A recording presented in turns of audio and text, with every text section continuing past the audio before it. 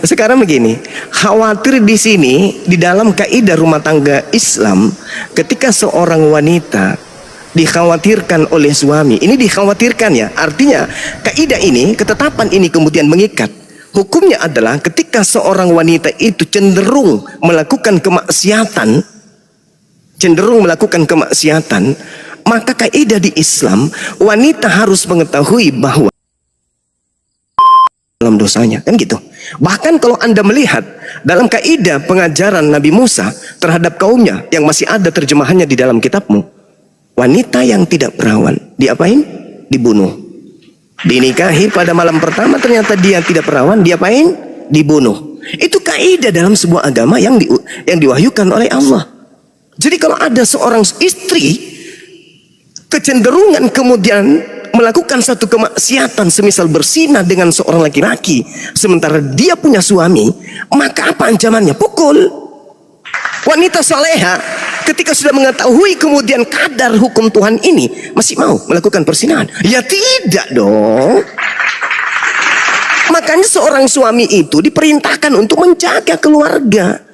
Ya ayyuhalladzina amanu qu anfusakum wa ahlikum, jaga istrimu. Maka istri ini harus dijaga.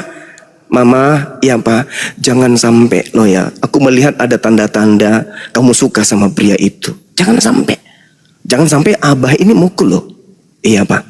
Istri soleha disampaikan seperti itu. Bukan seperti yang kau bayangkan rumah tangga seorang Kristen, lalu hukum Islam yang ingin kau dudukkan di sana. Seorang pendeta, ya, siang malam mengemiri istri, benjol sana sini, ya, banyak yang saya kemudian reaksi 1-2 bulan yang lalu, seorang pendeta menzalimi istrinya dengan pukulan maut setiap saat.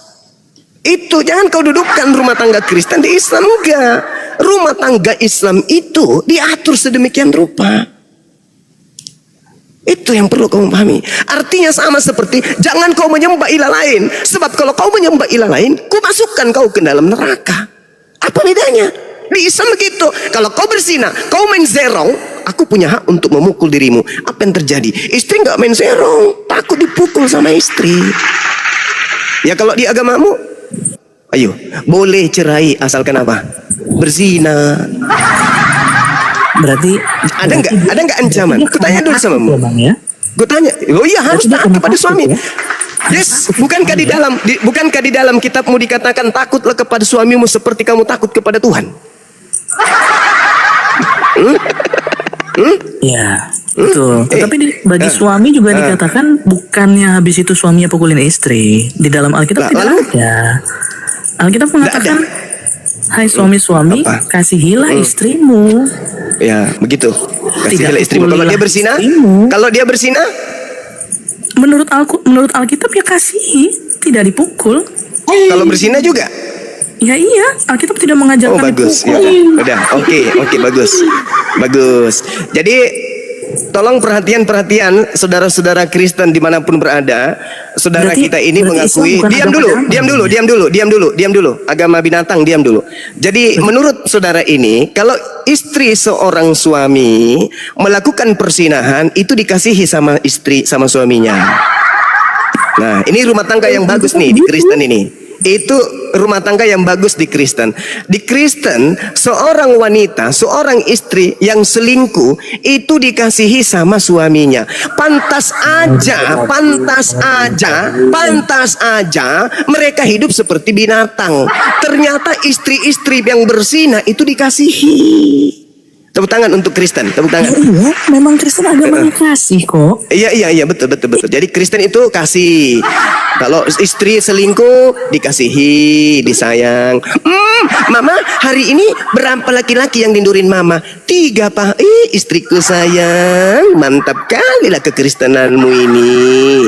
Mama udah coba nggak laki-laki yang kontrakan baru di sebelah rumah kita yang kekar badannya? Udah Pak. Oh batangannya hebat Pak. Oh keren. Kalau Papa mah cuma 2 kali goyang muntah. Dia kuat Pak. Gimana dong Pak? Ya udah lanjutin aja. Oh istriku yang paling baik sayangku.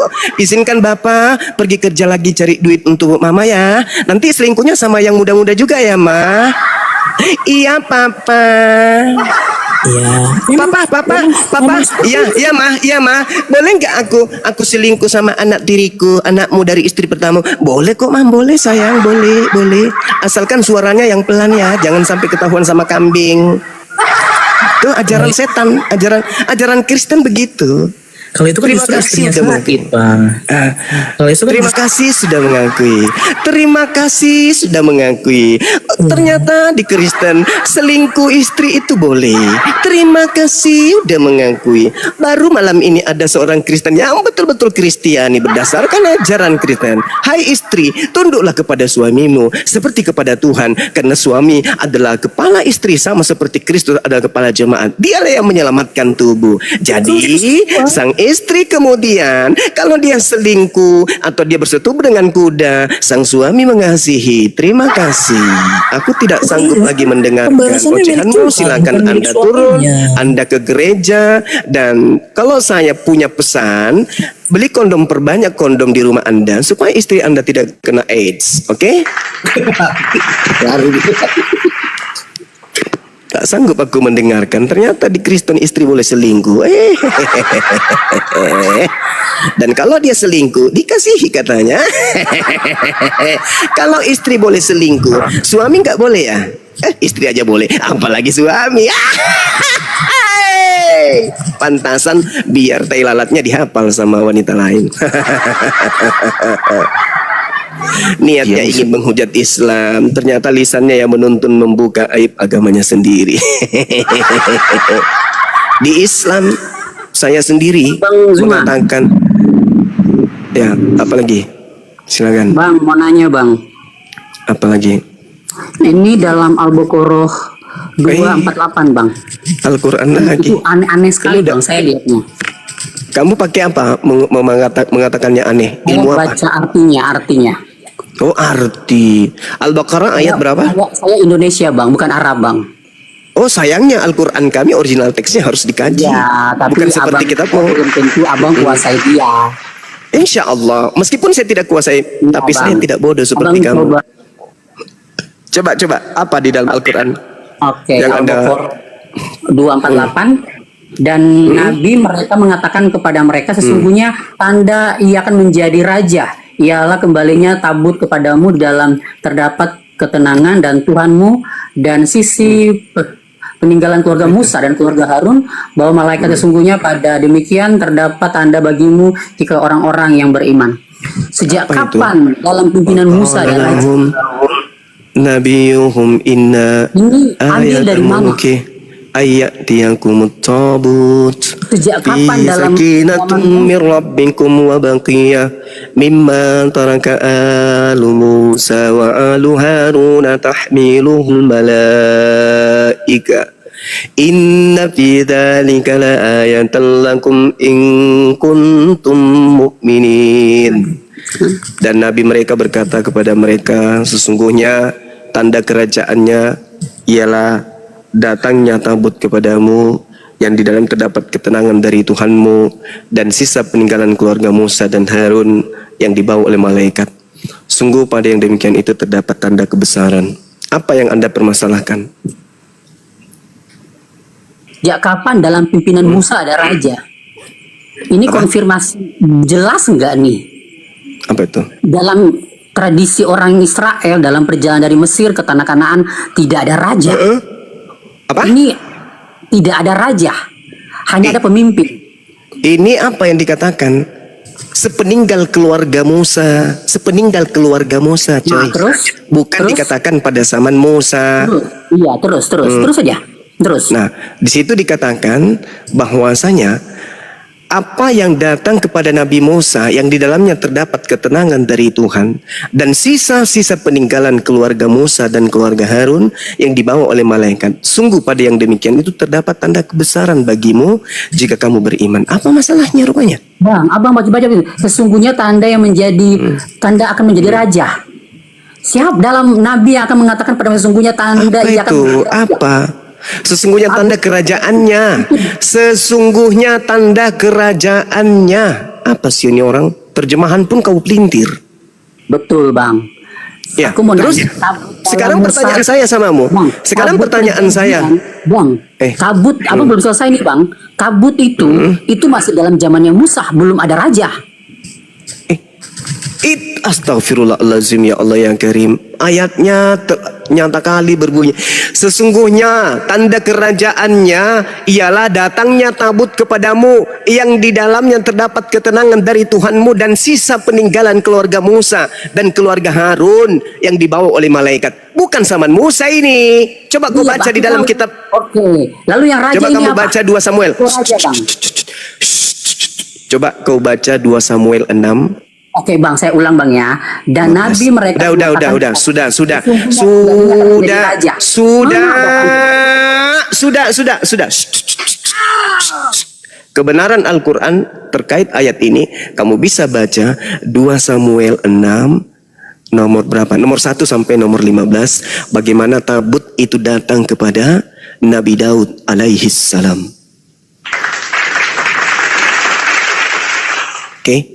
Nabi Daud kemudian dinobatkan jadi raja di seluruh Israel, kemudian memindahkan ibu kota Yerusalem, lalu kemudian baru saja dikatakan di dalam di 2 Samuel memindahkan dari Yerusalem dari serangan Filistin dan seterusnya. Kamu baca aja data itu.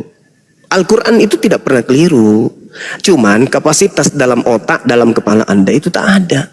Al-Quran menjelaskan sudah sangat jelas kok. Wa kalahum nabiyuhum inna ayatam mulkih ayyatiyankumut tabut fihi sakinah min rabbikum. Nah, tidak sampai di situ. Wa baqiya mimma taraka alu Musa wa alu Harun tahmiluhul malaika. Artinya keturunan Nabi Musa, keturunan Harun itu sampai pada mereka tabut perjanjian yang diasalkan dari Nabi Musa. Dan betul 2 Samuel 6 menceritakan itu. Jangan bodoh terus napa, saudara Kristen ini. Apa sih Zuma? Maksud saya janganlah bodoh terus. Ya pintarlah. Sikit-sikit pintar napa. Jangan mentang-mentang yang kau sembah itu makhluk halus, roh-roh gelap. Ya otakmu gelap kan gitu, Bang. Zuma, kau pintar atau seorang bodoh, Zuma? Kau bukan antara orang sebodoh-bodohnya saya, Bang. Saya lebih hebat Bible daripada orang yang paling pintar di Kristen tentang Ya Bible. itulah kecongkakanmu, Zuma. Enggak. Bukan congkak, bukan. Coba nih ya. Barang saudara. siapa merendahkan diri akan Santai. ditinggikan. Barang siapa meninggikan diri Sabar. akan direndahkan. Itulah. Seperti kamu. Sabar. Silakan Anda merendahkan saya. Saya hanya berbicara sesuai dengan Enggak, orang pintar Orang melihat yang kamu paling- itu banyak. Sekarang begini, Bung. Banyak para Sekarang begini, saudara gini. Wah, melihat Kalau ini. kita melihat nih dalam perspektif akademisi, pendidikan, keilmuan, orang Kristen itu belajar sampai level lulusan STT. Coba tanya kepada mereka, yang dilahirkan kemudian Maria ini apa? Aduh, manusia, itu kan? pertanyaan anak SD. Dan aku tanya dulu, saudara, yang dilahirkan Maria ini manusia bukan? Iya, kau sudah tahu jawabannya. Terus kau tanya lagi. Oke, bagus. Nah, sekarang itu Tuhannya retorika Yahudi. kau. Belum sampai di situ, Bung. Tuhannya Retorika. Yahudi. Udah tahu kau mau giring kemana. Boleh nggak kita diskusi pelan-pelan? Tuhannya Yahudi ketika Tapi minta kalau saya korban. bicara nanti Anda diam. Tuhannya Saya beri Anda kesempatan sekarang. Sepakat dulu. Sederhana loh itu pernyataan saya. Saya katakan begini tentang Bible. Sebodoh-bodohnya Bang Suma dan sepintar-pintarnya Kristen tentang Bible, Bang Suma jauh lebih pintar daripada yang terpintar di antara kalian tentang Bible. Camkan itu dulu. Saya tidak sombong. Itu sudah takdir. Saya ikhlas menerima takdir itu. Bahwa sebodoh-bodohnya Bang Suma menurut saudara dan sepintar-pintarnya orang Kristen dalam Bible, Bang Suma masih ranking 1 dari orang yang terpintar di antara kalian itu. Itu fakta loh. Saya bertanya loh, sederhana. Yesus dilahirkan oleh Maria. Maria melahirkan apa? Manusia kan? Sepakat kita ya? Kecuali yang Kristen yang udah gila banget kan ya? Yang dilahirkan Maria adalah Tuhan kan gitu. Tapi selama dia masih ada sisi kemanusiaan, orang itu pasti akan berkata yang dilahirkan Maria adalah manusia. Oke. Sekarang pertanyaannya, Kristen ini nggak boleh dikatakan agama yang berdiri sendiri meskipun demikian adanya. Tapi Kristen ini harus dipandang sebuah sekte atau aliran kepercayaan yang dihasilkan dari orang-orang yang kemudian memiliki keinginan membuat sekte baru di luar Yudaism. Itu dulu. Maka muncul pernyataan dan pertanyaan, apakah Tuhannya orang Yahudi menginginkan persembahan kurban dari manusia? Korbannya manusia. Apakah ada kayak begitu? Itu poinnya. Apa jawaban Kristen setelahnya? Adakah Tuhannya Bani Israel meminta persembahan Bani Israel dari manusia, dari korban, di mana korbannya bukan hewan tapi manusia? Adakah demikian? Kemana Kristen hendak berpijak? Ketika pertanyaan saya luncurkan seperti itu. Nah, tengoklah satu persatu jawaban orang-orang yang mengatakan dirinya pintar Bible. Apa yang mereka akan katakan? Contoh misalnya nih, saudara, saya tanya, adakah Tuhannya orang Yahudi meminta persembahan kurban berupa manusia untuk nebus dosa? Adakah? Jawaban saudara apa? Silakan. Oke, saudara. Begini, Zuma ini kan mengutak-ngatik iman. Saya tidak akan mengutak-ngatik imanmu. Saya hanya mempertanggungjawabkan iman saya. Hak saya diakui oleh hukum. Jadi saya tidak akan mengutak-ngatik imanmu ya. Itu yang pertama. Dan saya mau ke otak-atik lah, kamu nggak bisa baca kitab saya gimana? Karena kitab, bukan soal itu.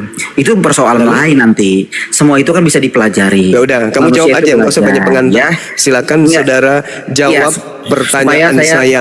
Adakah Tuhannya Yahudi menginginkan penebusan dosa dengan menerima persembahan darah manusia?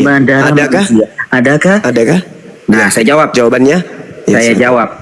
Setiap agama itu punya perspektif teologis. Saya tidak tanya agama, yang saya tanya Tuhannya Yahudi. Berdasarkan dalil nanti. Tuhannya Yahudi yang saya Anda tanya. dari tadi bicara saya diam. Giliran Anda Tuhannya Yahudi yang saya tanya. Masih banyak Kristen di bawah. Anda mau ngomong terus ya. Anda mau mendominasi. Masih ada Kristen di bawah banyak antri, dan saya butuh orang yang pintar di antara kalian, bukan orang bahlul kayak Anda.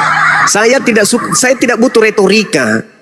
Saya tidak butuh retorika Anda seperti ini bla bla bla bla, nggak butuh saya. Biarpun orang itu retorikanya nggak baik, susunan katanya nggak bagus, tapi kalau asik diajak berdiskusi, memberikan keilmuan, edukasi, ya itu baru asik. Anda ngomong kayak waria yang dibuat-buat, kayak tegas. Tapi nol. Saya tanya, adakah Tuhannya Yahudi mengajarkan mempersembahkan kurban dari kurban berupa manusia untuk dirinya? Adakah demikian? Itu loh yang menjadi dasar pijakan. Untuk mengetahui bahwa agama kalian itu tidak ada hubungannya dengan ajaran para nabi. Ajaran para nabi, Al-Quran menjelaskan dengan sangat jelas di dalam surah Al-Hajj. Ini sudah sering saya bawakan bagaimana kemudian Al-Quran menerangkan bahwa Allah pencipta langit dan bumi senantiasa meminta kepada para umat terdahulu. Sudah disyariatkan, walikulli ummatin ja'alna mansaqan liyazkuru ismallah ala ma razaqahum min bahimatil an'am. Fa ilahukum ilahu wahid falahu aslimu wa basyiril mukhbitin. Allah sudah memberikan ketetapan-ketetapan terhadap umat terdahulu. Mereka diminta dengan syariat penyembelihan kurban agar umat terdahulu menyebut nama Allah atas rezeki yang Allah berikan kepada mereka berupa hewan ternak. Itu jelas itu. Imamat 1, nomor 2, katakanlah kepada orang Israel, kalau mereka hendak mempersembahkan kurban kepada Tuhan, hendaklah mereka mengorbankan hewan ternak. Sama seperti Quran. Nah, muncul pertanyaan, di Kristen yang pernah menjadi korban itu anak orang. Pertanyaan saya, emang ada dalilnya? Tuhannya Yahudi menginginkan korban manusia untuk nebus dosa, emang ada? Cobalah saudara-saudara Kristen, jangan berkeras pada poin yang salah. Ayo, agama kita ini mengajarkan kita untuk menjadi orang baik jika agama itu diasaskan atas wahyu Allah, wahyu Tuhan. Tapi agama kita mengajarkan kita menjadi orang gila, bahkan lebih gila, bahkan sampai di bawah, rendah sekali, di bawah level binatang, kalau agama kita itu bukan berasal dari pencipta langit dan bumi. Nah, untuk mendeteksi itu sederhana, bukan? Orang yang datang sebagai Bani Israel, orang yang datang sebagai Bani Ismail, mereka kurbankan hewan. Kalian Bani siapa? Korbannya manusia. Hah, itu coba. Silakan. Emang dasarnya korban kalau di Al-Quran di mana, Bang? Pertama kali berkorban? As-Saffat Al-Quranul Karim menjelaskan As-Saffat ayat Allah 101. kemudian bukan 107 insyaallah. Ya, 101 aja Bang bacanya. ya silakan. Dari 100 boleh. Ya silakan. Silakan. Silakan Anda baca. Saya bacain. Ya iya dong. Anda kan bawa Al-Quran.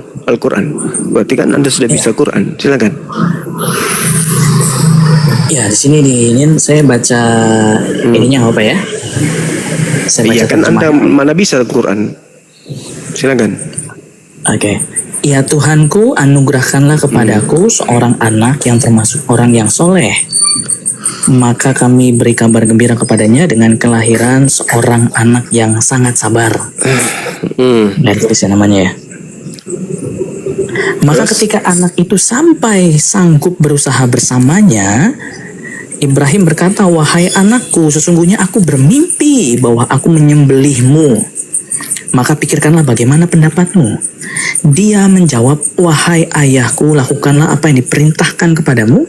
Insya Allah engkau akan mendapatiku termasuk orang yang sabar." Jadi Ibrahim lagi mimpi. Maka ketika keduanya telah berserah diri dan dia membaringkan anaknya atas pelipisnya, lalu kami panggil dia, "Wahai Ibrahim." Ayat 105, "Sungguh engkau telah membenarkan mimpi itu. Sungguh demikianlah kami memberi balasan kepada orang-orang yang berbuat baik. poinnya Sesungguhnya aja langsung. benar suatu ujian yang nyata." Poinnya aja langsung. Kamu yang bertanya, kamu punya yang tebus lebar. Gimana anak sih? itu dengan seekor sembelihan yang besar. Nah, tuh, Jadi udah poinnya, terjawab kan? ya, poinnya berbeda antara apa yang dialami oleh Abraham di dalam Kejadian 22 dengan apa yang dialami oleh Ibrahim di dalam As-Saffat ayat 100. Nggak ada Karena di berbeda. dalam- Sekarang begini, poinnya gini. Beda, Bang. Dengar dulu. Dengar dulu. Ini Sebentar ayat suci dulu. Al-Quran, bukan Bible. Iya. Jadi dalam Mimpi, ayat itu suci dibilangin Al-Quran. mimpi, dengar. Bang. Mimpi sama firman beda, Bang. Oh gitu ya. Kejadian 22 beda. Gurunda, Kejadian 22 Ambon, beda. Nona Ambon, diam dulu. Kau diam dulu, mau dijawab dulu sama Gurunda. Diam dulu, di mute Gak dulu. bisa kita Kalau nggak diskusi tendang. kalau manusia separuh separuh itu memang mulutnya kayak perempuan gitu loh. Susah. gitu Dilanjut ngomong. Gurunda. Jadi gini, tak ajarin sama ya Dek. Di dalam kitabnya orang Yahudi yang kalian rampok, Anda jadikan sebagai kitab. Bilangan 12 nomor 6, berfirmanlah Tuhan, dengarkanlah firmanku ini. Jika di antara kamu ada seorang nabi, maka aku menyatakan diriku kepadanya dalam penglihatan dan berbicara kepada nabi tersebut melalui mimpi. Itu ya Dek. Percuma kalau itu ingin menyerang Islam. Kenapa? Karena Al-Quran itu datang belakangan menjelaskan kitab terdahulu. Meskipun kitab yang kamu bawa ini bukan lagi kitabnya Nabi Musa, tapi pendahulumu itu nggak mau ketahuan kalau kitab yang kalian wariskan itu diwariskan kepada kalian itu adalah murni 100% hanya karangan.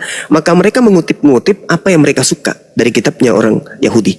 Nah, itulah yang diterangkan Al-Quran. Bahwa Allah Subhanahu wa taala itu adalah sebaik-baiknya pembalas kejahatan. Muncul semuanya kan. Anda mengatakan Nabi Ibrahim mana ada mimpi. Nenek lu kiper. Kitabnya orang Yahudi menjelaskan. Berfirmanlah Tuhan, dengarkanlah firmanku ini. Jika di antara kamu ada seorang nabi, maka aku Tuhan menyatakan diriku kepada nabi tersebut dalam penglihatannya. Aku Tuhan berbicara kepada nabi tersebut dalam mimpinya. Anda nggak bisa lolos. Paulus nggak pernah bermimpi dia hanya menghayal, mengarang buku ya. Lalu kemudian Al-Quran menjelaskan kemudian fasholli li rabbika wanhar ya, perintahnya jelas itu, berkurbanlah kata Allah. Kurban yang dimaksud di sini hewan, karena Al-Quran sudah memiliki sebuah kaidah. Nabi Ibrahim alaihissalam wa fadainahu bizibhin azim. Aku Allah tebus anak tunggalnya tersebut dengan seekor hewan sembelihan yang besar. Hewan. Jadi kalau ilmu belum ada, belum sampai kematangan ilmu, jangan coba-coba mengkritisi Quran. Nanti kamu mencari tepung. Makanya Al-Quran mengatakan, walikulli ummatin ja'alna mansaqal yazkuru ismallah ala ma razaqahum min bahimatil an'am. Al-Quran menerangkan, Allah ketika menghendaki kurban kepada manusia, Allah memberi petunjuk agar manusia mempersembahkan hewan. Nah, ternyata terbukti betul. Imamat 1 nomor 2, katakanlah kepada Bani Israel, apabila mereka hendak mempersembahkan kurban, hendaklah mereka mempersembahkan hewan berupa kambing, domba, sapi, lembu. Nggak pernah manusia. Maka muncul pertanyaan, dari mana Kristen memiliki konsep? Tidak. Dari mana Kristen ini memiliki konsep? Kenapa sih saudara-saudara Kristen ini? Saya mendengarkan guru-guru saya menasihati saya, Bang Suma, tolonglah kalau berdiskusi dengan saudara Kristen ini yang baik, santun, sopan. Tapi kayak mana mau sopan kalau yang diajak bicara kayak gini, kayak lebih hewan daripada hewan? Gimana kita mau diskusi baik-baik? Selalu aja memancing kita kemudian untuk ngegas. Padahal sudah diajak, mari kita diskusi santun, diskusi baik-baik. Tapi kalau modelnya kayak gini, pertanyaan saya loh dari tadi, ya, Tuhannya Bani Israel, Tuhan yang umat Islam sembah, mengajarkan sebuah kaidah, mempersembahkan hewan ternak. Tuhannya orang Yahudi. Terserah. Yang saya katakan, Tuhannya Bani Israel mempersembahkan kemudian sebuah ajaran kepada Bani Israel untuk mengorbankan. Astagfirullahaladzim, ya Allah. Ini bisa diam dulu nggak Bukit? Lu ini kayak anak hasil gotong royong ya, nyerocos mulu. Diam dulu, diam. Nah, tenang. Orang Yahudi diajarkan oleh sembahannya untuk mempersembahkan hewan. Umat Islam diajarkan oleh sembahannya untuk mempersembahkan hewan. Orang Kristen mempersembahkan anak orang. Pertanyaannya, kalau yang datang kepada Kristen dengan konsep mengorbankan Yesus anak orang di atas pohon ini menebus dosa, itu berasal dari pencipta langit dan bumi, ada dong perintahnya di dalam kitabnya Yahudi. Ada pasti. Nah, kalau demikian adanya, kalau agama Kristen itu betul adalah agama yang betul, tentu ada kaidahnya di dalam kitabnya orang Yahudi. Nah, kalau ada, tolong tunjukkan dong pada saya. Itu loh yang saya minta. Ada enggak? Tuhannya orang Yahudi memberikan sebuah sinyal bahwa aku menghendaki darah manusia agar aku menghapuskan dosa-dosa manusia. Ada enggak? Tertulis di mana? Gitu loh. Supaya kita jangan dibodohi. Beritakanlah Injil kepada seluruh makhluk, tapi yang diberitakan hoaks. Orang masuk surga katanya kalau percaya ditebus oleh darah Yesus. Itu ajaran dari mana, Cak Ayu? Dari mana ajaran itu? Cobalah saudara-saudara Kristen, dari mana ajaran masuk surga melalui darah manusia? Itu ajaran dari mana coba? Kalau ajaran dari Paulus, ya, bahkan Paulus menumbalkan dirinya sebagai korban di dalam 2 Timotius 4 nomor 6, mengenai diriku, darahku sudah mulai dicurahkan sebagai persembahan dan saat kematianku sudah dekat. Ya, Paulus, oke. Tapi saya tidak sedang bertanya tentang Paulus. 1 Korintus 5 nomor 5, orang itu harus kita serahkan dalam nama Tuhan Yesus kepada setan sehingga binasa tubuhnya agar rohnya diselamatkan pada hari Tuhan. Iya, itu dari Paulus. 1 Timotius 1:20, di antaranya Himenius dan Alexander yang telah kuserahkan kepada setan supaya jerah mereka menghujat. Iya, saya sangat paham. Paulus mengajarkan mempersembahkan manusia kepada setan. Iya, saya paham. Yang saya tanya, adakah Tuhannya Yahudi mengajarkan mempersembahkan darah manusia untuk dirinya? Kalau Paulus mempersembahkan darah kepada setan, darah manusia, iya, Bang semua udah paham itu. Bang semua udah paham. Kristen didirikan Paulus mengajarkan dia telah mempersembahkan manusia kepada setan. Paham saya? Ngerti saya? Nah sekarang, kalau Kristen ini bukan dari setan, Berarti dari Tuhannya Yahudi dong. Nah, ada nggak Tuhannya Yahudi menginginkan darah manusia terbayar untuk dosa-dosa manusia? Ada nggak? Setahu saya, melalui ajaran Paulus mempersembahkan darah kepada setan. Untuk apa? Untuk supaya mereka itu terselamatkan. Jadi darah dipersembahkan ke setan, darah manusia dikorbankan kepada setan supaya manusia itu diselamatkan. Dalil ada Bang Suma. Nah, sekarang permasalahannya, Kristen ini adalah sebuah kekuatan dari barat yang menginginkan orang Indonesia menjadi pengikutnya dengan cara tipu-tipu, dengan cara kemudian mendirikan STT yang menghujat Islam, membuat sebuah lembaga Bible yang kemudian menggunakan istilah Islam agar umat Islam itu bisa tertipu. Nah, sekarang permasalahannya, umat Islam nggak boleh tinggal diam aja dong. Umat Islam harus bangkit dong melawan. Masa mau mengimani agama yang mempersembahkan manusia sebagai tumbal kepada setan? Mana dalilnya? 1 Timotius 1:20. Di antaranya Hymenaeus. Hymenaeus ini adalah nama orang. Alexander ini juga adalah nama orang yang telah kupersembahkan kepada setan supaya jerah mereka menghujat. 1 Korintus 5:5. Orang itu harus kita persembahkan dalam nama Tuhan Yesus kepada setan sehingga binasa tubuhnya agar rohnya diselamatkan pada hari Tuhan. 2 Timotius 4:6. Mengenai diriku, darahku sudah mulai dicurahkan sebagai persembahan dan saat kematianku sudah dekat. Pertanyaannya harus muncul di sini dan harus ada jawaban yang harus sebagai pengikat untuk sebagai bahan penginjilan orang-orang Kristen. Adakah Tuhannya Yahudi menginginkan darah manusia sebagai penebus dosa manusia? Itu aja. Kalau tidak, berarti mohon maaf, saya harus mengatakan agama Kristen bukan dari Tuhan pencipta langit dan bumi. Tapi dari mana? Tanya aja Paulus. Paulus, ya paman, kau persembahkan kemana darah orang tersebut? Paulus menjawabnya dengan singkat, kepada iblis. Silakan Anda sanggah atau ada yang mau menambahkan dari sahabat Muslim. Silakan, ada yang mau menanggapi pernyataan saya bahwa Paulus mempersembahkan manusia kepada setan. Nah, kalau Yesus ini juga menjadi korban disalib untuk dosa-dosa orang Kristen, tentu ada kutipan atau ada perintah dari Tuhannya Yahudi. Sedangkan yang ada, jangan kau bunuh Yesus, Keluaran 23, ya kan, nomor 7, nomor 8, Amsal 6, nomor 16. Itu perintah-perintah itu. Jangan kau bunuh orang yang benar. Bahkan Yesus pun mengatakan itu di dalam Yohanes 8. Orang yang membunuh, orang yang ingin membunuh Yesus dan pelaku-pelaku pembunuhan, Yesus sebut sebagai anak-anak iblis.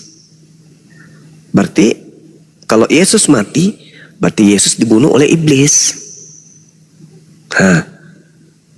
Sedangkan kalau kita melihat di dalam Bible, kedatangan Yesus di atas muka bumi ini, berdasarkan Bible ya, itu jelas Yesus datang untuk membunuh iblis, untuk membinasakan iblis. Bukan malah dia yang jadi santapan iblis. Nah, ini menjadi polemik. 1 Yohanes berapa itu? 1 Yohanes 3 nomor 8. Barang siapa yang tetap berbuat dosa, maka dia berasal dari iblis. Sebab iblis berbuat dosa dari mulanya. Untuk inilah anak Theos menyatakan dirinya, yaitu supaya Yesus membinasakan perbuatan-perbuatan iblis itu. Menurut 1 Yohanes 3:8, Yesus datang ke bumi untuk membinasakan pekerjaan-pekerjaan iblis. Tapi faktanya, menurut Kristen, Yesus dibinasakan oleh iblis. Mana yang betul? Yang betul yang mana, kawan? Yesus datang membinasakan iblis atau Yesus datang untuk dibinasakan iblis? Mana yang betul? Iblislah yang menjadi bapakmu, kata Yesus. Dan kamu mau melakukan keinginan bapakmu. Bapakmu adalah pembunuh manusia pada awal mula. Kalau Yesus dibunuh, berarti dibunuh iblis. Berarti iblis membinasakan Yesus. Sedangkan 1 Yohanes 3:8, Yesus diutus ke bumi untuk membinasakan iblis. Yang mana yang betul? Ayolah saudara-saudara Kristen, yang mana yang betul? Yesus datang membinasakan iblis, atau justru iblis yang membinasakan Yesus? Atau Islam yang betul? Yes, Islamnya yang betul. Apa itu paman? Yesus tidak dibinasakan oleh iblis, tetapi iblislah yang kemudian dibinasakan di atas tiang salib. Itu. Nah, ini yang betul yang mana ini, saudara Kristen? Ya Bang, cuma tadi belum dijawab. Dijawab Saya dulu, Kristen. Abon. Sayangnya Kristen ini nggak ada yang waras soalnya. Yang naik ke sini cuman cuap-cuap aja terus. Saya belum dijawab udah dikit. Gimana sih? Kan saya tadi ngejelasin. Begini loh. Kan udah ku jelasin samamu. Mimpi menyembelih. Al-Quran menjelaskan itu kan. Kau bicara juga kalau saya berbicara. Padahal Oke, kau siap. statusnya murid. Gimana sih bencong ini? Bencong, kalau saya lagi ngomong bencong, kau diam. Karena saya bukan bencong. Kalau sesamamu bencong kau ngomong, bolehlah kau ngotot-ngototan. Namanya juga bencong. Kalau sama saya jangan. Saya ini guru di sini. Kau itu murid. Belum juga resmi menjadi muridku. Jadi kau sopan. Kalau kau bicara dengan saya, kau sopan. Jangan ilmu bencong kau bawa ke sini. Nanti ku tampar mulutmu pakai sendal. Saya sedang menjelaskan bencong. Saya bilang samamu ya. Dengarkan nih Cong, dengarkan. Al-Quran menjelaskan kepada kami perintah Allah kami untuk mempersembahkan kurban berupa hewan ternak. Nabi Ibrahim mempersembahkan kemudian anak tunggalnya Ismail, tetapi Allah menghalanginya dan Allah kemudian membatalkan itu. Wa fadainahu bizibhin azim. Allah menggantikan kurban yang tadinya manusia menjadi hewan. Sedangkan di Karisting yang tadinya hewan dirubah menjadi manusia, kebalik. Maka pertanyaan saya Encong sama Mencong, dengarkan. Dari mana Karisteng mengambil pengajaran bahwasanya Tuhan menginginkan darah manusia untuk menebus dosa-dosa bencong? Kau jawab itu. Jangan kau lari kemana-mana. Jawab coba. Bencong gagal. Kau jawab. Belum terjawab pertanyaan saya. Ya udah kau turun. Pertanyaan saya. Kau turun, Cong. Seperti biasa. Kau Takut. jilat pantat pendeta. Takut. Kau turun. Kau turun. Kau turun. Bencong. Diskusi agama mana cocok sama bencong? Cocok. Bencong diskusi agama ini enggak level A. Luruskan pipismu dulu, baru kau bahas agama. Harusnya yang kau bahas itu apa ya? Apa ya? Kalau bencong Bencis bahas apa aja ya? Guru Nda, bencis aja, jangan langsung bencong itu nanti kena. Nah, nanti. Oh iya. Nah, nanti. Iya, mana aku tahu. Ya kalau kena betul. Kira ngajar. Aku turun dulu. Kampret. Iya. Aduh, teman-teman itulah contoh ya. Aduh, contoh yang barusan itu tulangnya kayak kena presto teman-teman, kayak kena presto. Masa ngomong sama Gurunda kayak slipkal? Jangan begitu ngomong kayak slipkal, lembut-lembut gak jelas. Sok manja, sok gadis, perasaan sempit. Bilang aja ini buncis. Saya bernubuat ya supaya kasih paham kalian yang oten-oten ya. Teruntuk kalian yang menuhankan karet pelampung, yang percaya roh Tuhan di air mengapung-apung ya. Tolonglah bawa data valid, konsep terhitung. Jangan pula kau bawa data pak ketipung. Ya, ingat sekali lagi, jika ingin mencari kebenaran dan kekekalan, dogma, doktrin, dan apapun itu lepaskan. Kalian tidak harus menjadi Islam, menjadikan keimanan. Cobalah jujur dan cerdas. Ingat sekali lagi, terima kasihlah kepada iblis yang jadikan kalian kaum salibis. Karena iblislah yang sangat berjasa, didukung dengan ormas Hansip Roma. Tuhan di konsep akal-akalan, Gabrul berserak tidak akurat. Cita harapan dan angan-angan seperti roti kalengkong guat. Ingat ya. Kang kecilin. Oh ya, dikecilkan dulu, host. Ngeri. Ini baru bangkit ini. Ya bagus. Syukran. Lanjut. Sekali lagi ya.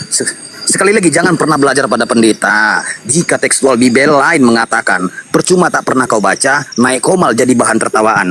Banyak jemuran di Bukit Golgota, darilah kayu kulim si daru-daru. Banyak yang naik gangguan jiwa seperti si ulus bertemu hantu. Diskusi harap tenang dan tabah, ketika bernarasi jangan pernah halu. Kalau tidak mau dianggap sampah seperti badut yang tidak lucu. Lagu lawas, lagu keroncong, kalau sekarang lagu dangdutan. Kalau cuma kelas jemaat sombong, naik di komal jadi hiburan. Coba laksanakan yang bisa menurut engkau tahu dan paham isi Bibelmu. Lawan, diskusi, data. Kalau tidak mampu, lawan Bang Zuma, silahkan berak celana. Stay tune. Iya, makasih. Saya kan bicara baik-baik kan ya. Anda bertanya, di Islam itu kok berbeda dengan agama Yahudi? Agama Yahudi kan sudah kujelaskan samamu. Tak bosan kemudian aku menjelaskan gitu loh. Bagaimana di dalam kitabnya orang Yahudi Imamat 1. Itu kan perintah. Perintah yang kemudian harus ditelaah menggunakan akal. Kita ini di luar daripada Bani Israel. Perintahnya jelas. Berbicaralah, katakanlah kepada orang Israel. Apabila seseorang di antara mereka hendak mempersembahkan persembahan kepada Tuhan, haruslah, kata harus ini harusnya kau jadikan sebagai acuan, kurban. Dalam bahasa Ibrani itu korban. Haruslah kemudian kurbannya apa itu? Binatangnya yang dipersembahkan itu adalah hewan. Korbannya itu harus hewan. Sama di dalam Al-Quran juga demikian adanya.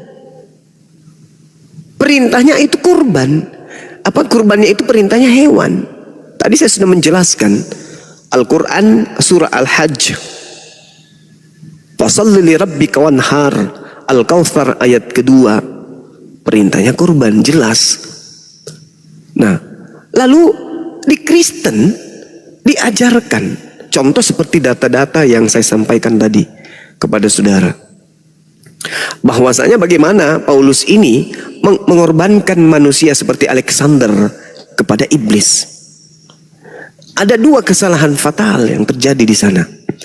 Yang pertama, kurbannya manusia. Yang kedua, kurban ini dipersembahkan kepada iblis. Sedangkan Tuhan mengatakan jangan kau persembahkan manusia kepada dewa Molok. Itu data di dalam kitabnya orang Yahudi. Tapi kemudian orang Kristen kalau ditanya mencoba untuk sembunyi di mana? Di terjemahan Al-Quran. Padahal jelas sekali nih. Imamat 18 nomor 21. Jangan kau persembahkan manusia untuk kau persembahkan kepada dewa Molok, supaya jangan engkau melanggar kekudusan nama Tuhanmu. Akulah Tuhan. Imamat 20 nomor 3. Aku sendiri akan menentang orang itu dan akan melenyapkan dia dari tengah-tengah bangsanya, karena dia menyerahkan, mempersembahkan seorang manusia kepada dewa Molok. Jadi kayak mana ini? Tuhan sendiri yang akan menghancurkan orang yang mempersembahkan kemudian manusia kepada iblis. Tetapi Paulus mengaku justru mempersembahkan manusia kepada iblis. Dan lagi-lagi Kristen adalah pengikut Paulus. Ayolah kita diskusi pakai ilmu napas sekali-kali. Jangan naik-naik ke sini udah suaranya menjijikkan. Ngotot, bahlul, modal terjemahan, so intelek. Ayolah saudara-saudara Kristen, utamanya pendeta, ayolah. Pendeta jangan karena ada gelar pendeta, pastor, kemudian malu belajar. Mari belajar sama-sama. Ya, saya belajar menjadi seorang guru, pendeta belajar sebagai seorang murid. Sini, jangan gengsi. Wah, saya sekolah tinggi-tinggi kok, saya yang harus diajarin sama Bang Suma. Bukan kayak begitu. Posisi Anda sebagai seorang pastor, sebagai seorang pendeta, oke, mengajar jemaat. Karena Anda pernah sekolah untuk mengajak mereka kemudian memberi perpuluhan, menyembah Yesus, ibadah minggu, makan babi dan seterusnya. Tapi dalam hal ini saya bukan seperti itu. Saya hadir kemudian untuk meluruskan ajaran yang kalian bengkokkan sendiri di dalam Bible kalian sendiri. Gitu loh. Seperti misalnya Yesus begitu kasihnya mempersembahkan darahnya untuk Kristen. Nah, itu terbantahkan semua dengan dalil-dalil yang datang jauh lebih awal dan merupakan bagian dari pengajaran Yesus sendiri. Contoh, Matius 8 nomor 4. Kan itu sederhananya belajar itu kayak gitu. Yesus, ya paman, kamu mengajarkan orang yang sesama dirimu mengorbankan korban apa? Yesus jawab, baca Matius 8 nomor 4. Pergilah, perlihatkanlah dirimu kepada imam, persembahkanlah persembahan yang diperintahkan oleh Nabi Musa. Gitu loh. Nah, persembahan yang diperintahkan Nabi Musa, baca Imamat 1 nomor 2 yang tadi. Ternyata Nabi Musa diajarkan oleh Tuhannya untuk mempersembahkan hewan ternak. Lah, Maria itu punya anak, bukan hewan ternak. Cobalah Kristen menggunakan akal sedikit-sedikit. Apakah anak Maria ini hewan ternak? Kan bukan toh. Hargailah Yesus itu sedikit. Dia itu bukan anak binatang. Dia itu manusia suci. Jika demikian, tidak layak kemudian dia duduk sebagai korban penebus dosa. Yesus itu manusia suci kok jadi korban penebus dosa kalian. Yang menjadi penebus dosa dalam kaidah pengajaran Tuhan kepada Bani Israel, baik menurut Al-Quran maupun menurut kitabnya Yahudi, hewan ternak. Yang dikatakan hewan itu domba, kambing, sapi, lembu, bukan orang, bukan manusia. Inilah susahnya kalau jasad manusia tapi otaknya itu otak cacing. Gak bisa membedakan antara manusia dengan binatang. Yesus manusia disama-samakan dengan domba. Apalah kalian ini? Ya.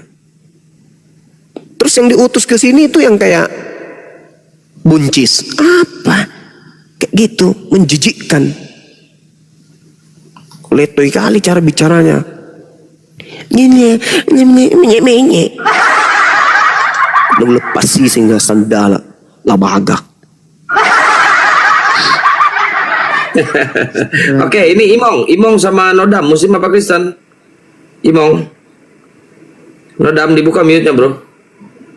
Muslim apa Kristen? Muslim bang, Muslim. Oh, ada yang mau disampaikan, Bang? Kita lagi diskusi. Nyimak dulu bang. Oke, siap. Makasih banyak ya. Neng Ambon kalau mau diskusi yang santai ya, pakai ilmu. Ini Imong, Muslim apa Kristen Imong? Dan ini ada ayatnya di Al-Quran begini ya, Gurunda ya, teman-teman. Di surah Al-Hajj itu kan, Al-Hajj 34. Bismillahirrahmanirrahim. Walikulli ummatin ja'alna mansakal liyazkurusmallahi ala ma razaqakumum min bahimatil an'am.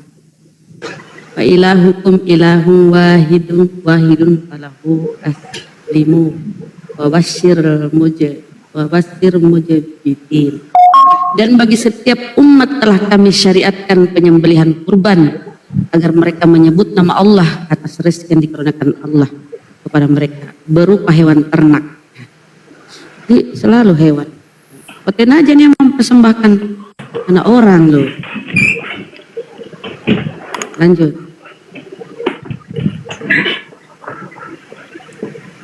Iya, itu dia makanya kita ini kan menjadi sasaran empuknya mereka. Kita mau dikristenkan, kita mau dijadikan sama seperti mereka dengan berbagai macam metode, dengan berbagai macam retorika, cara sesuai dengan amanat yang ada di dalam Filipi 3 nomor 18. Tentang Yesus diberitakan baik dengan maksud mengelabui atau jujur aku tetap bersuka cita. Tapi umat Islam itu ya nggak bisa diam aja dong. Umat Islam itu harus bangkit, menangkis, menepis, menolak, mengkanter semua pengajaran-pengajaran bullshit yang tidak berdasar kepada pengajaran Tuhan, kan gitu. Kita harus mengkanter itu. Nah, mengkanternya dengan cara yang baik. Tapi kayak mana kita mau baik kalau yang datang itu seperti yang buncis tadi itu? Ingin mencari kemudian kelemahan Al-Quran, tidak bisa, nggak bisa, bro, nggak bisa. Kami aja yang paham Quran ini mencari kelemahan tak kami temukan, apalagi kamu, apalagi kamu cuma tabung gas yang dikasih roh, nggak bisa. Jadi alangkah baiknya, alangkah bijak dan arifnya ketika kamu itu bisa sampai kepada poin kebenaran untuk mengkaji, mengentaskan, menuntaskan, menguraikan semua isi Bible-mu terkait dengan imanmu kepada kami nih yang menjadi sasaran kristenisasi, kan gitu. Beritakanlah Bible kepada seluruh makhluk, kan gitu perintahnya kan. Jadikanlah semua orang Indonesia menjadi pengikutku, kan jelas itu dalilnya dalam kitabmu kan. Nah, maka karena itu bekali diri kalian ketika kami bertanya tentang agama kalian, jangan malah membahas tentang Quran. Di Al-Quran ini hanya diperintahkan untuk disampaikan, ud'u ila sabili rabbika bil hikmah. Diperintahkan aja untuk mengajak. Jadi tidak perlu kau pedalami itu, tidak perlu kau dalami, nggak perlu kemudian kamu menjadikan itu sebagai satu senjata untuk melemahkan iman Islam. Enggak. Silakan Anda tolak. Enggak, kami nggak mau Islam, nggak usah. Ya udah, selesai. Yang Anda harus perjuangkan ini adalah agamamu. Kenapa? Karena agamamu itu diperintahkan untuk diajarkan, untuk dijadikan semua bangsa menjadi Kristen. Matius 28 nomor 19, jadikanlah seluruh bangsa. Jadikan, kata jadikan itu adalah perintah. Kapan kalian tidak menjadikan, maka kalian berdosa. Karena kalian tidak melaksanakan perintah. Siapa yang tidak menjalankan perintah, maka dia berdosa. Kalau kalian tidak menjadikan kami sebagai Kristen, kalian berdosa. Jangan pernah mimpi masuk surga. Makanya kalian itu untuk menjadikan kami sebagai Kristen, kalian harus menguasai Bible. Jangan sampai kami lebih menguasai Bible Anda daripada Anda sendiri. Oleh karena itu, nggak usah kau bahas-bahas terjemahan Al-Quran. Ada sini ada kontradiksi antara Al-Quran surah Al-Isra. Nggak perlu. Kalau kontradiksi itu Al-Quran itu tidak diajarkan untuk dipaksakan agar kau menjadi beriman kepada Quran. Tak ada paksaan. La ikraha fiddin. Jadi tidak perlu kau bahas-bahas Al-Quran. Kamu tidak suka Al-Quran, ya udah lepas. Lepaskan. Berbeda dengan perintah yang ada dalam agamamu. Karena itu pergilah, jadikanlah semua bangsa muridku dan baptislah mereka dalam nama Bapa dan Anak dan Roh Kudus. Jadikan. Kalau kamu tidak menjadikan kami sebagai Kristen, kamu berdosa. Karena kamu tidak melaksanakan perintah yang ada di dalam kitabmu, yang konon katanya adalah firman Tuhanmu. Jadikan. Itu perintah loh. Jadikan. Misalnya ada beras, jadikan beras ini menjadi nasi. Barang siapa yang tidak menjadikan beras ini menjadi nasi, maka yang dia makan adalah beras. Ini perintah. Jadi Anda harus mempersenjatai diri Anda untuk bisa mengkristenkan kami. Jadi yang Anda harus kuasai itu adalah Bible, bukan malah Al-Quran yang otak-atik. Tak ada hubungannya. Al-Quran itu Anda mau pelajari atau Anda tidak pelajari, bagi Al-Quran itu tak masalah. La ikraha fiddin. Tak ada paksaan. Jadikanlah seluruh bangsa menjadi Islam. Wah, nggak ada kayak gitu. Jadikanlah seluruh bangsa menjadi Islam. Barang siapa yang percaya syahadatkan, yang tidak percaya hukum. Nggak ada di Islam kayak begitu, nggak ada. Yang ada malah apa? La ikraha fiddin.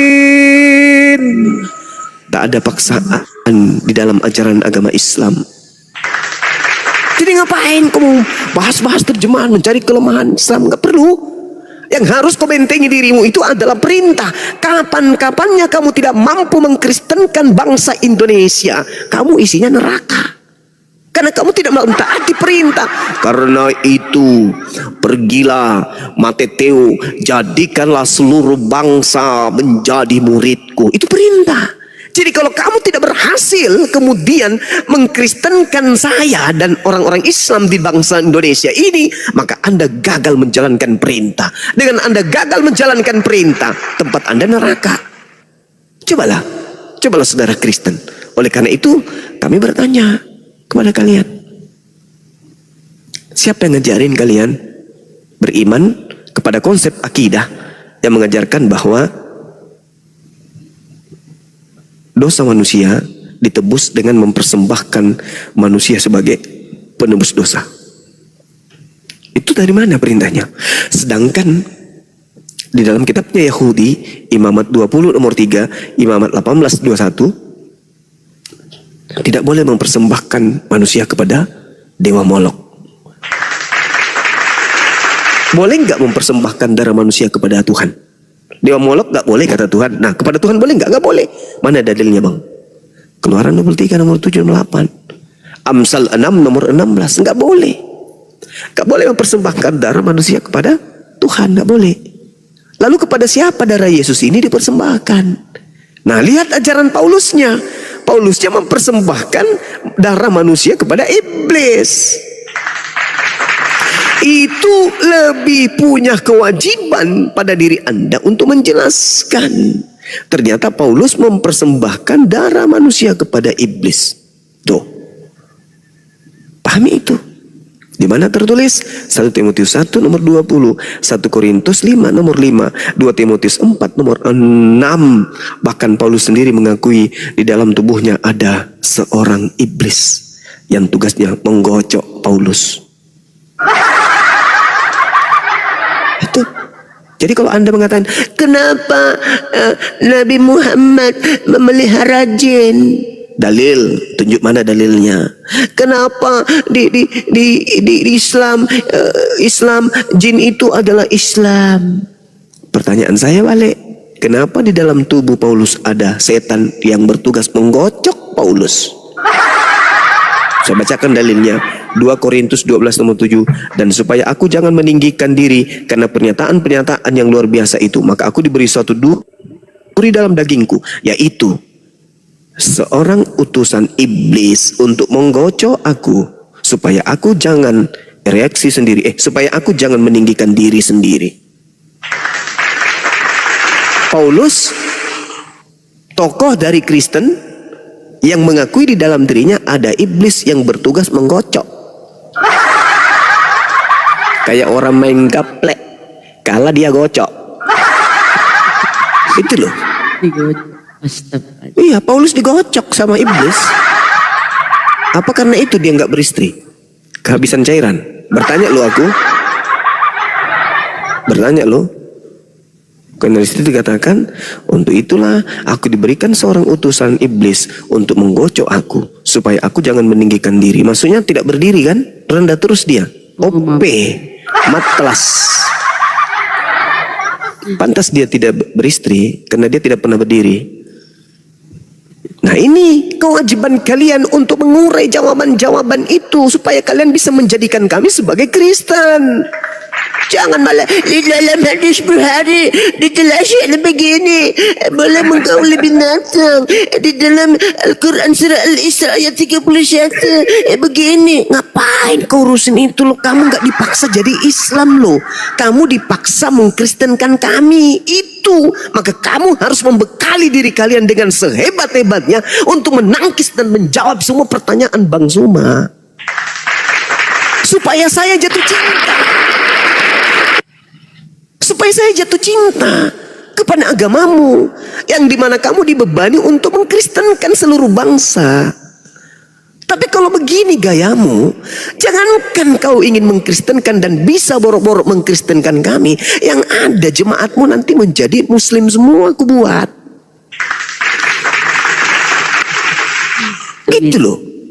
Mampus ini di dalil Bibelmu.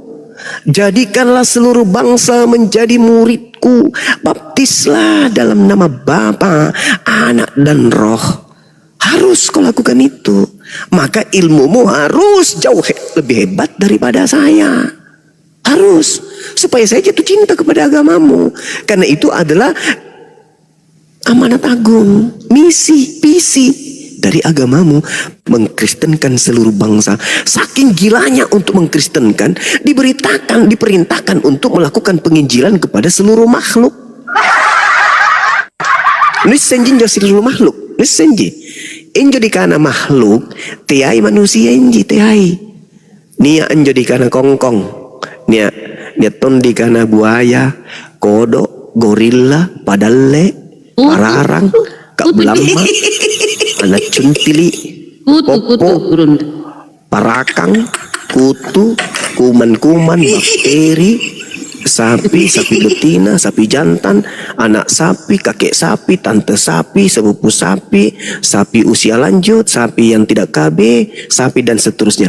Erok ngasing injuri injiri ke belama. Tenanu pongor punaero ko pakaman jo agamanu. Nak keping anu ke kurasa otakku pikir gitu. Ngapa nak manjo?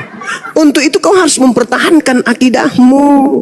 Makhluk-makhluk yang ada di Sapiteng harus kau injili berdasarkan perintah kitab Markus 16. Mama Sapiteng.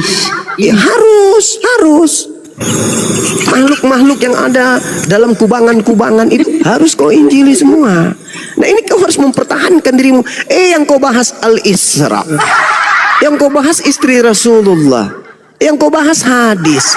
Alamak, tak ada perintah di Islam jadikanlah seluruh makhluk menjadi Islam. Tidak ada. Al-Quran cuma mengatakan wa qulil haqqu mir rabbikum, kebenaran itu telah datang dari Tuhanmu. Barang siapa yang mau beriman silakan beriman, yang mau kafir silakan kafir. La ikraha fiddin, tidak ada paksaan di dalam ajaran agama Islam. Jadi tak perlu kau capek-capek belajar Islam itu karena kamu nggak dipaksa. Yang harus kau perdalam adalah materi ajaran agamamu, karena ada perintah jadikanlah. Nah kalau kau tidak menjadikan, kau masuk neraka. Ayolah saudara Kristen, pertanyaan saya ulang, dari mana Kristen ini mendapatkan pengajaran mempersembahkan manusia kepada setan? Tuh, Paulus. dari mana? Nah, Paulus kan? Nah oke, Paulus bagus. Bu Rahma sudah pintar. Di dalam 1 Timotius 1 nomor 20, Paulus mengajarkan mempersembahkan Alexander kepada setan. Kemudian dia mengajak orang-orang Kristen juga mempersembahkan manusia kepada setan. Di dalam 1 Korintus 5 nomor 1, orang itu harus kita serahkan dalam nama Tuhan Yesus kepada setan, sehingga binasa tubuhnya, agar rohnya diselamatkan pada hari Tuhan. Tuh, dalilnya jelas kan?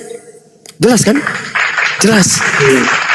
Nah, sekarang ketika Paulus datang, yang tadinya ternyata yang disalibkan bukanlah Yesus manusia yang suci, tetapi seorang yang terkutuk, dirubah bahwa yang mati itu adalah Yesus untuk tebus dosa orang Kristen. Pertanyaan saya, Tuhankah atau setankah yang mau korban darah manusia? Jawab. Setan. Kalau setan jelas sudah terjawab. Tapi kalau Anda mengatakan Tuhan, mana dalilnya, Cak Ayu? Tunjukkan dalilnya. Gak ada kan? Maka benarlah kata Al-Quran, wa ikhwanuhum yamuddunahum fil gayyi thumma la yuksirun. Itu kata kitab suci saya. Apa artinya ayat itu? Dan teman-teman mereka, yaitu orang kafir dan orang fasik, membantu setan-setan dalam menyesatkan anak manusia.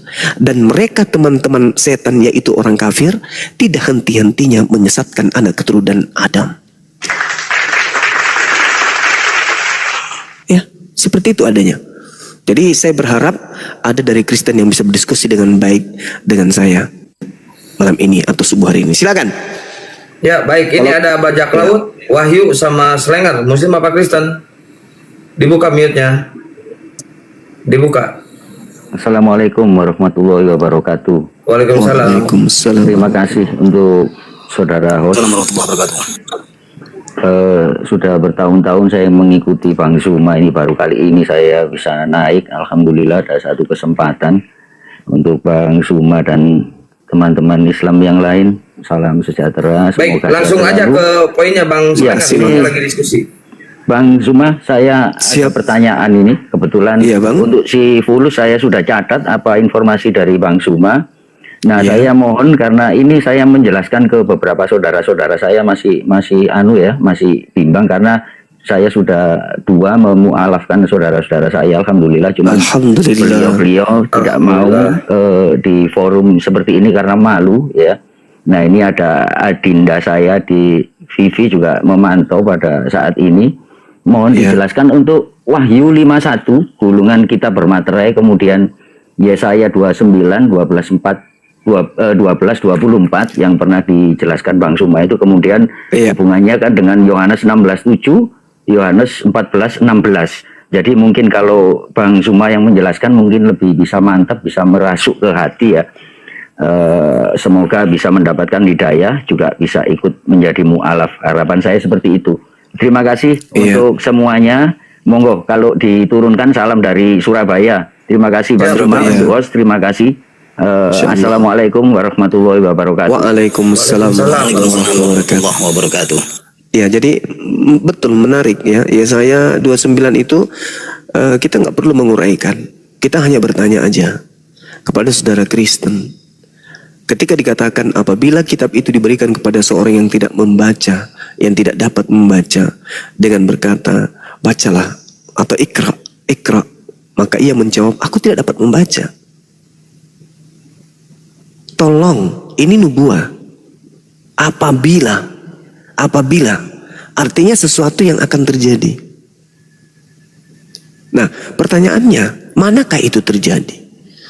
Di mana Allah, di mana Tuhan pencipta langit dan bumi kemudian memberikan kitab termaterai, dan orang yang diberi kitab itu berkata, aku tidak bisa membaca. Dan ini satu-satunya kemudian kitab yang ada di tengah-tengah kita yang santer antara Islam Kristen yang tidak bisa kemudian dibaca oleh orang yang mampu membaca. Orang Kristen ini mampu membaca nggak? Mampu. Coba kasih Quran. Bisa nggak dia baca? Nggak bisa. Sekarang orang Kristen mampu membaca? Mampu. Kasih Bible. Bisa nggak dia baca? Bisa. Jadi di sini diterangkan kitab yang tidak bisa dibaca oleh orang yang bisa membaca. Kan gila. Orang Jepang bisa baca Bible? Bisa. Orang Cina bisa baca Bible? Bisa. Orang Thailand bisa baca Bible? Bisa. Orang Indonesia baca Bible? Bisa. Orang manapun baca Bible? Bisa.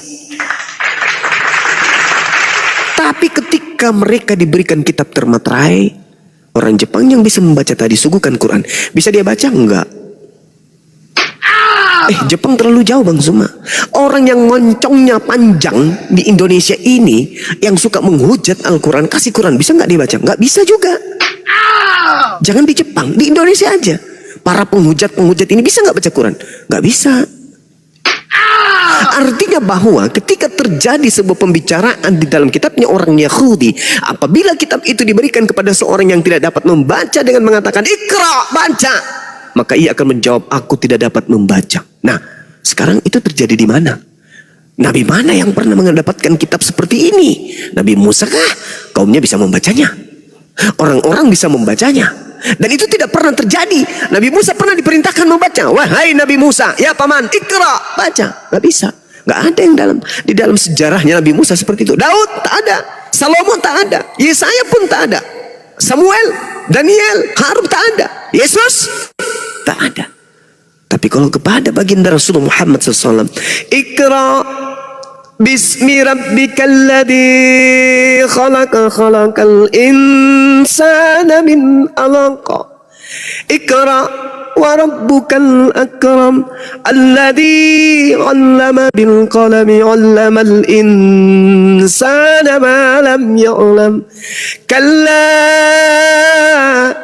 innal insana la yatgha ar-ra'ahu istaghna inna ila rabbika ruj'a ara'aita alladhi yanha 'abdan idha shalla ara'aita in kana 'ala al-huda aw amara bit-taqwa ara'aita in kazzaba wa tawalla alam ya'lam bi anna Allah yara kalla.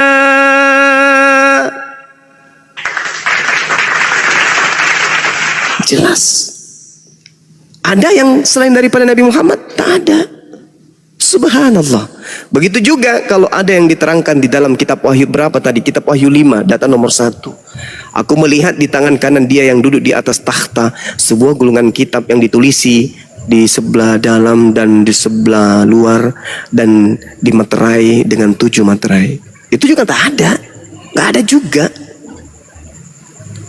Jadi kehendak kemana kita berpijak? Sebagai orang yang datang belakangan, ketika disajikan informasi-informasi di mana hampir seluruh manusia sudah bisa kemudian menggunakan internet, membaca situasi dunia, mendapatkan ilmu dari berbagai macam tempat, kondisi, situasi, masa masih mau memperbodoh diri? Masih mau memelihara kebencian? Setelah Islam datang kemudian memberikan, menguraikan, menjelaskan tentang kebenaran itu, masih mau juga memperbodoh diri. Sampai pada akhirnya ajal datang, masuk ke alam kubur, mimpi-mimpi, hayalan-hayalan, angan-angan yang kemarin, mati langsung surga. Mana buktinya? Tak ada. Ayolah saudara, Islam datang kemudian mengajak ahli kitab dan bahlul kitab untuk menuju kepada jalan keselamatan. Itu Al-Quran. Allah Subhanahu wa ta'ala menjelaskan kaidah itu. Ya, saya jelaskan sedikit sebelum diambil alih. Belum ada Kristen kan di sini ya? Masya Allah, Bang Fei, barakallahu fikum. Dijelaskan di dalam Al-Quran ini secara garis besarnya bagi kita pemula untuk belajar tentang dialog lintas agama atau perbandingan agama. Kita lihat di dalam Al-Quran surah Al-Maidah ayat 12, apa kata Allah? Walaqad akhazallahu mitsaqa bani Israil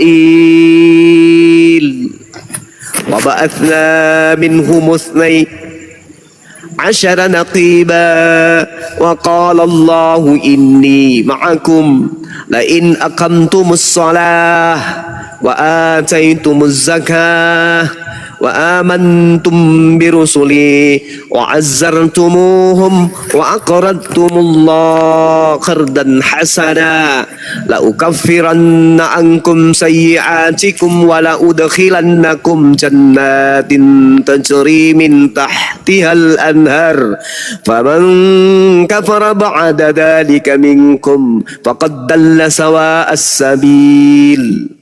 Itu Al-Quran menjelaskan demikian. Wahai Nabiku Rasulullah Muhammad sallallahu alaihi wasallam, aku kabarkan kepadamu melalui Roh Kudus, dulu sebelum aku mengutus engkau sebagai khataman nabiyyin, aku pernah memilih dan mengambil perjanjian dengan Bani Israel loh. Aku mengangkat mereka loh. Aku angkat 12 pemimpin di antara mereka. Aku jadikan raja di kalangan mereka. Bahkan aku berfirman kepada mereka loh. Apa kataku kepada mereka? Inni ma'akum, aku bersama engkau wahai Bani Israel. Tapi apa yang terjadi wahai nabiku?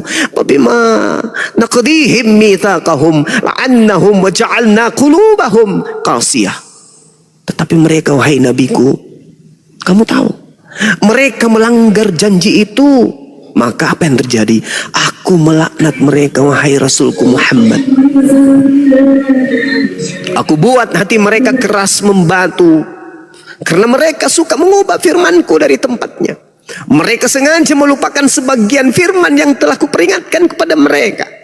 Engkau wahai Nabiku Muhammad senantiasa akan melihat pengkhianatan dari mereka, kecuali hanya sekelompok kecil di antara mereka yang tidak akan berkhianat. Maka apa kata Allah kemudian? Fa'afu anhum wasfah innallaha yuhibbul muhsinin.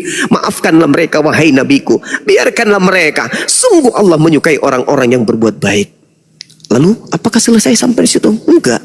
Allah kemudian mengatakan, wa minal ladzina qalu inna nasara akhazna mitsaqahum fanasu hazzam mimma zukkiru bih. Wahai nabiku, ketahuilah, di antara orang-orang yang mengatakan kami ini Nasara, kami telah mengambil perjanjian mereka, tetapi mereka kemudian melupakan sebagian pesan yang telah diperingatkan kepada mereka.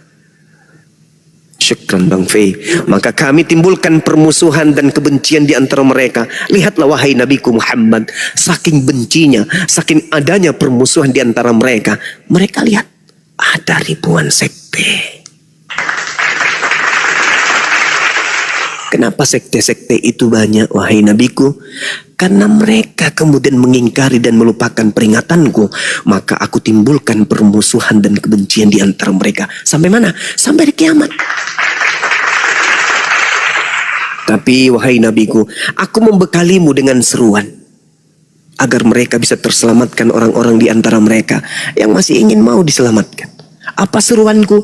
Ya ahlal kitab, qad ja'akum rasuluna yubayyinu lakum katsira mimma kuntum tukhfuna minal kitab wa ya'funa an katsir qad ja'akum minallah nurun wa kitabun mubin. Wahai ahli kitab, ini loh nabiku, ini loh rasulku, sebagai senjata akhir, senjata pamungkas, berlian yang ada di atas bumi, keindahan yang tak ada tandingannya. Aku berikan kepadamu, beliau nabiku Rasulullah Muhammad sallallahu alaihi wasallam. Kudatangkan untukmu untuk menjelaskan banyak hal yang kalian sembunyikan. Telah datang sungguh kepadamu cahaya berupa Islam dan kitab yang menjelaskan, yaitu Al-Quranul Karim. Yahdi bihillah man ittaba'a ridwanahu subulas salam wa yukhrijuhum minaz zulumati ilan nuri biizni wa yahdihim ila siratim mustaqim.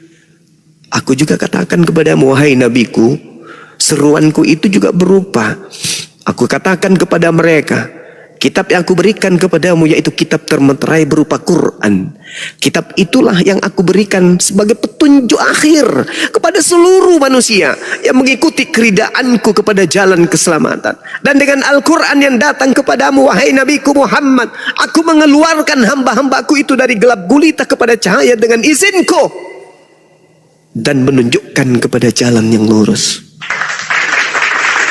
Senjata terakhir yang Allah berikan kepada baginda Rasulullah Muhammad sallallahu alaihi wasallam untuk anak keturunan Adam alaihi salam, sehingga garisannya, pembedanya kemudian Allah ikrarkan, laqad kafaral ladzina qalu innallaha huwal masihu ibnu maryam qul faman yamliku minallahi syai'a in arada ayyuhlikal masiha bena maryam wa umma wa man fil ardi jami'a walillahi mulkus samawati wal ar wa ma bainahuma yakhluqu ma yasha wallahu ala kulli syai'in qadir. Ini simpul terakhir. Apa kata Allah? Sungguh ketika kemudian datang seruanku kepada nabiku Muhammad berupa jalan keselamatan dengan mengendarai Islam dengan kendaraan yang bernama Al-Quran, lalu mereka kemudian mengatakan sesuatu perkataan tentang Isa Al-Masih yang terkait dengan Allah. Apa kata Allah? Sungguh telah kafir orang-orang yang berkata sesungguhnya pencipta langit dan bumi adalah Al-Masih putra Maryam. Kul, katakanlah wahai nabiku Muhammad, siapakah yang dapat menghalang-halangi Allah? Aku, jika aku hendak membinasakan Al-Masih putra Maryam beserta ibunya dan seluruh manusia yang ada di atas muka bumi, dan milik akulah kerajaan langit dan bumi dan apa yang ada di antara keduanya. Aku menciptakan apa yang aku kehendaki dan aku maha kuasa atas segala sesuatu. Ini diperintahkan oleh Allah untuk disampaikan, tidak seperti yang tadi, jadikanlah seluruh bangsa menjadi muridku. Nah kayak gitu Islam itu enggak. Al-Quran cuman menyeru, ya ahlal kitab qad ja'akum rasuluna yubayyinu lakum katsira mimma kuntum tukhfuna minal kitab wa ya'funa an katsira. Itu hanya dikatakan oleh Allah.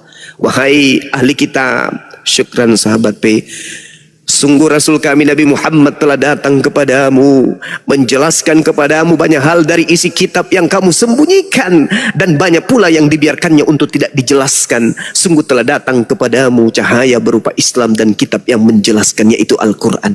Yahdi bihillah manittaba ridwanahu subulas salam.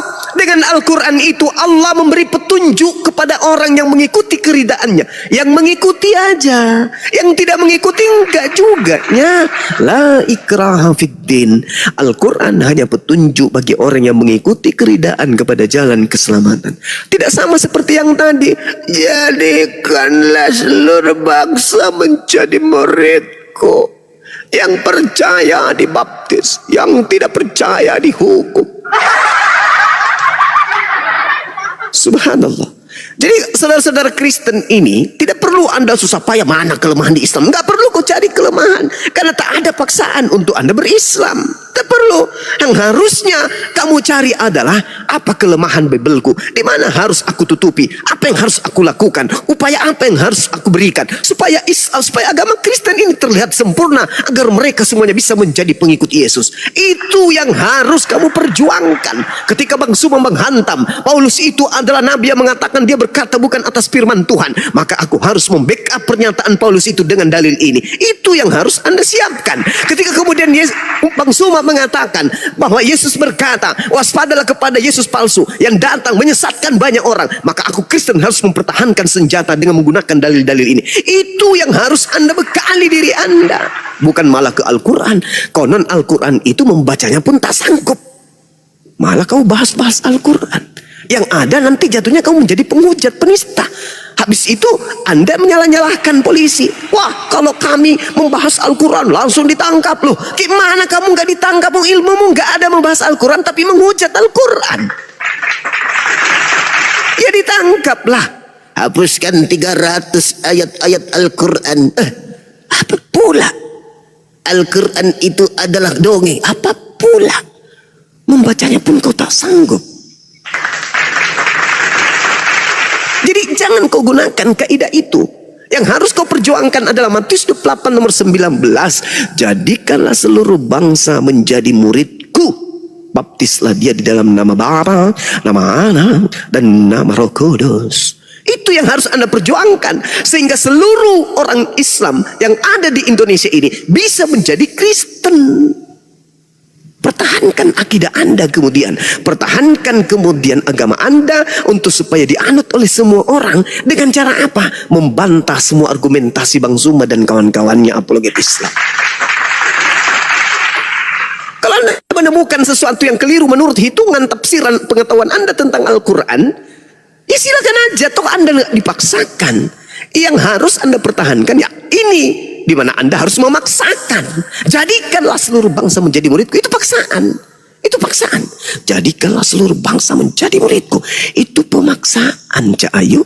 Maka dengan konsep pemaksaan ini, di mana kamu mengusung agama kasih, maka agama kasihmu itu harus kau pertanggungjawabkan agar seluruh bangsa bisa melihat dan bisa kemudian mendapatkan pelajaran bahwa Kristen itu adalah betul-betul jalan keselamatan menuju kepada jannah, kepada surga. Tapi saudara, kalau hanya dengan modal seperti ini, mustahile